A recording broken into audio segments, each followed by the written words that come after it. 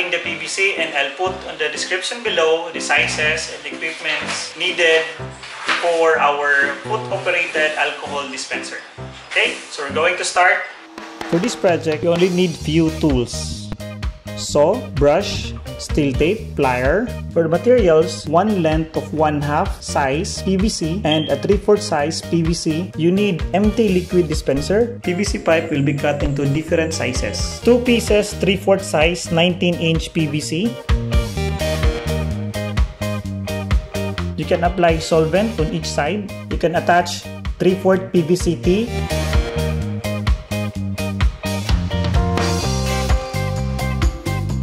Then attach the 9-inch 3/4 PVC.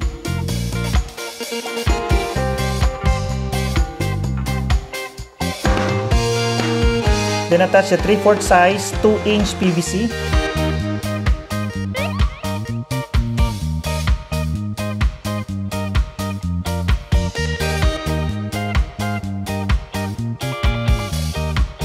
Then attach the 3/4 size 3-inch PVC.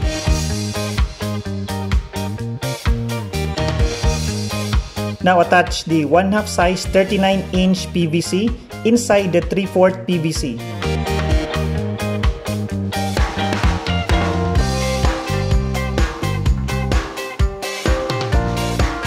Then you will use the 1/2 size PVC 90-degree elbow.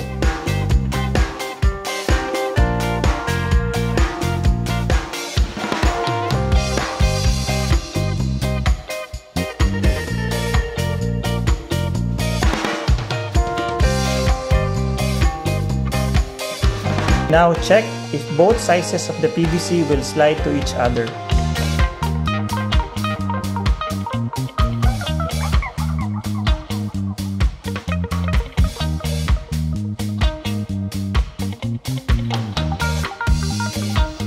And now for the stand of our dispenser, attach the 3/4 size 2-inch PVC.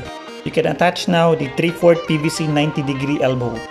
As you notice, I did not use the solvent cement yet since I will make adjustments later. Then followed by 3/4 size 10-inch PVC. Then attach the 3/4 PVC tee. At this moment, I use the 3/4 size 9-inch PVC.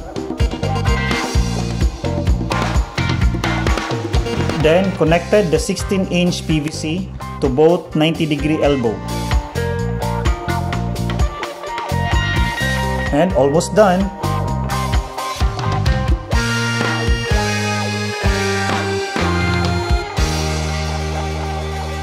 As it is almost done, I tried to put solvent cement on the joints of the PVC.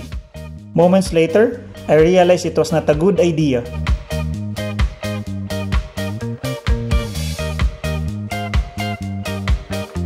Now I'm trying to attach my empty liquid dispenser. As I tried to experiment it, I think I need a platform on this side of the PVC to make the container stable. So I thought it was a good idea. I used the solvent cement to glue both PVC. And this happened. I detached some parts of the connection and put the final glue. To make it more stable, I cut the 9-inch and divide it into 2. 6-inch on the back and 3-inch on the front.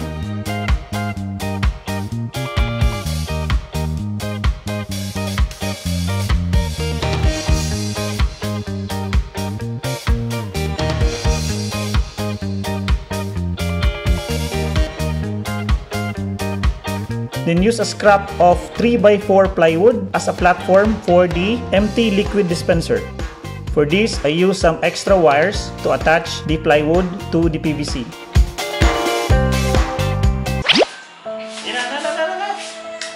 Uy, uy.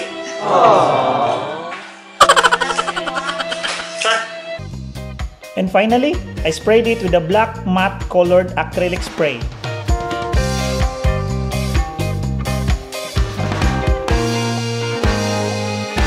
And here is the final result of my DIY foot-operated alcohol dispenser.